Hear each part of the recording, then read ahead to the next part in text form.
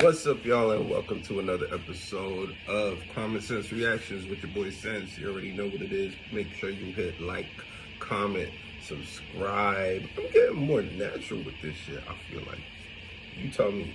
I feel like it's just coming. It's coming easy to me now. I'm feeling more relaxed. Getting in my zone. You dig? I'm looking for what to go to today because I don't have a whole bunch of time because this ain't all I do in the day. You know, I'm a producer, engineer. I'm not even gonna go through all of it because I'll take too much time. But I really set out the first 4 hours of my day for this, and then I do the rest of the stuff that I gotta do. You know what I mean? From 12 onwards. You know, so. Yeah, we're gonna deal with some politics today. I see Vivek had something to say about Kamala's vice president pick. I actually looked at the dude, and he seems solid, bro. Say goodbye to all. He legalized weed. You know what I mean? I think he made college free for people who make under a certain amount every year. And there was some other major accomplishments that he did. There's some stuff that he did that I don't fuck with, obviously, like, oops, my language, sorry. Now I'll mess with, like, approving kids to have gender changes and stuff like that. I don't approve with that, but, you know, he seems like a solid dude. He has some respectable accomplishments, you know what I mean? So let's see what Vivek has to say. I like Vivek as well. I thought he was kind of cool. So I like both of them. You know what I mean? So I'm not on either side. I'm just listening to the information. So here we go, Fox News. Oops, I forgot to turn the volume back on. 1 second. Joining us now, former GOP presidential candidate Vivek Ramaswamy is with us. All right, Vivek, let's get your take. Greatest contributor to the Democratic Party is the media. We have Kamala and Tim in their own words. It is the most radical candidates to ever run on a major party ticket.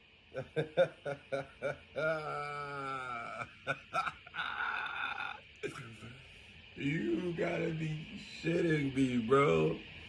Oh, man. If you don't take your head out of your own ass. Look, Trump is the most radical candidate that has ever ran in the history of America.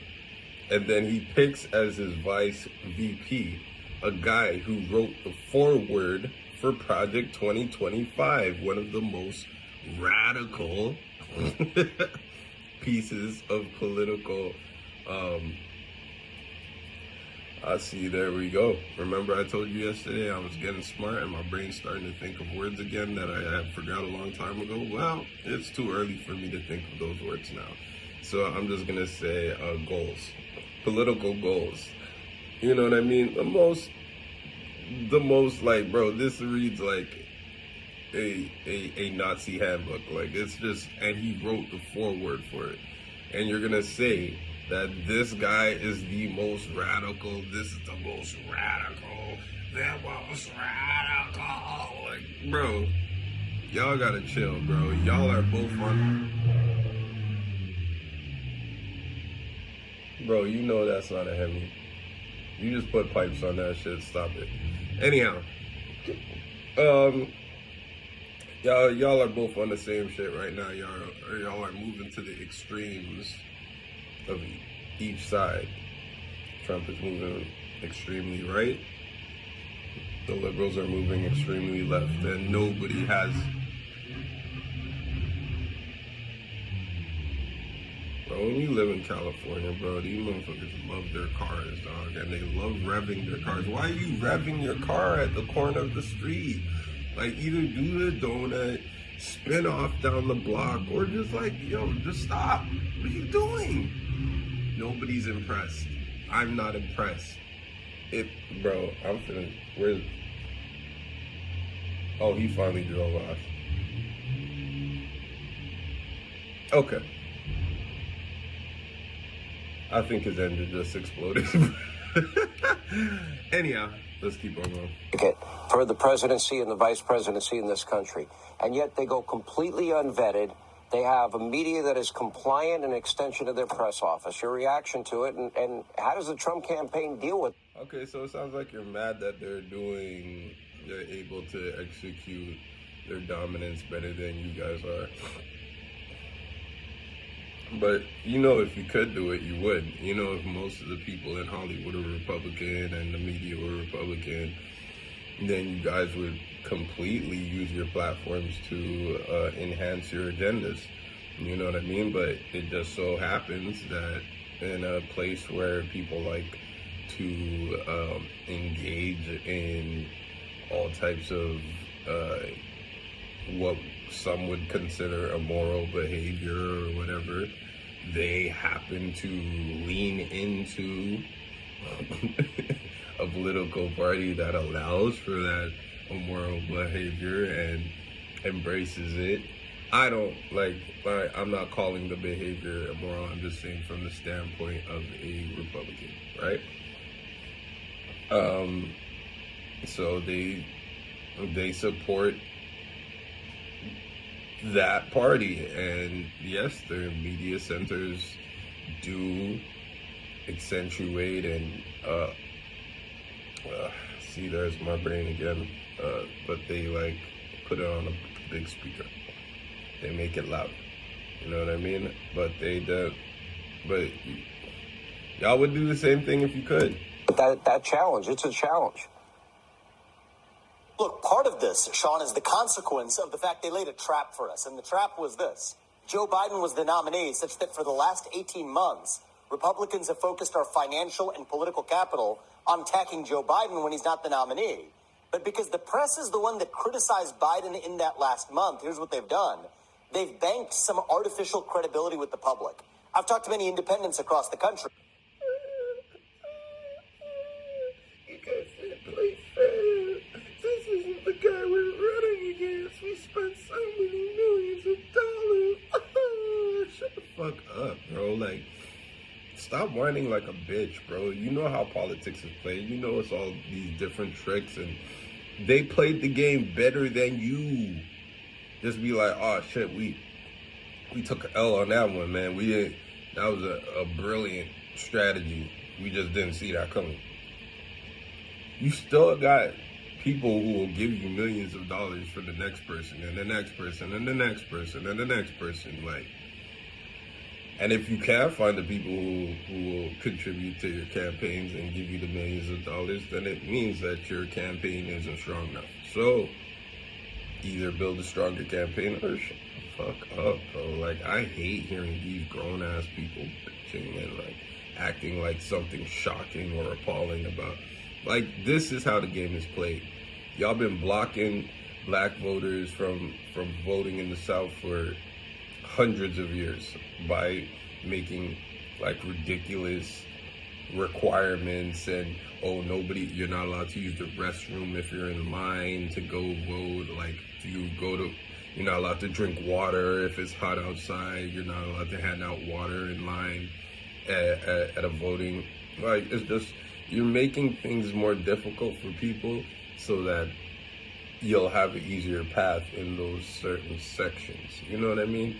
And these are all legal things. So you're using the legal process to give yourself an advantage.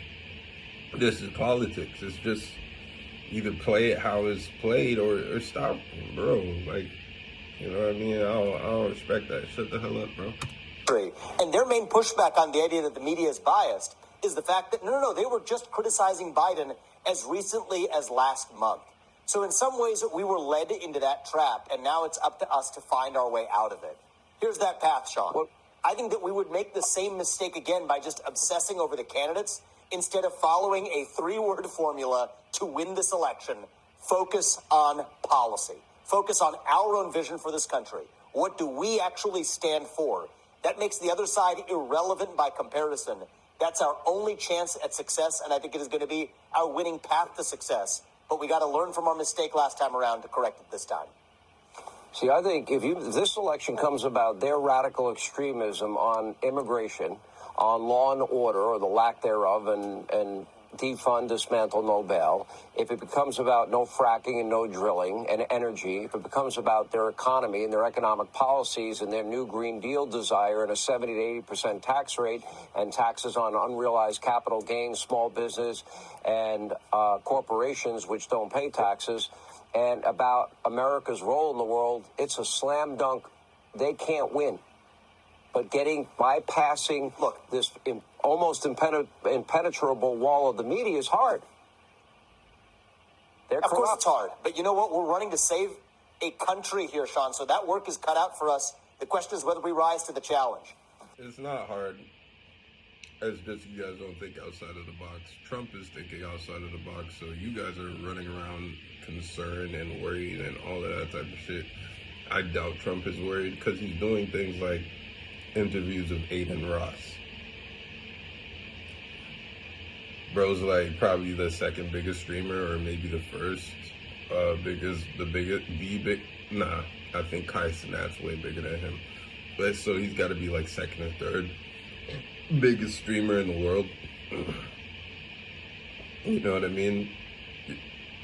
You're reaching your audience. You go on PBD, you're reaching your audience. If you're trying to convert liberals, that's never going to happen. The things that you stand for, hardcore liberals are never going to support you. You're not going to convert any of those people. So what you're looking for is the independents.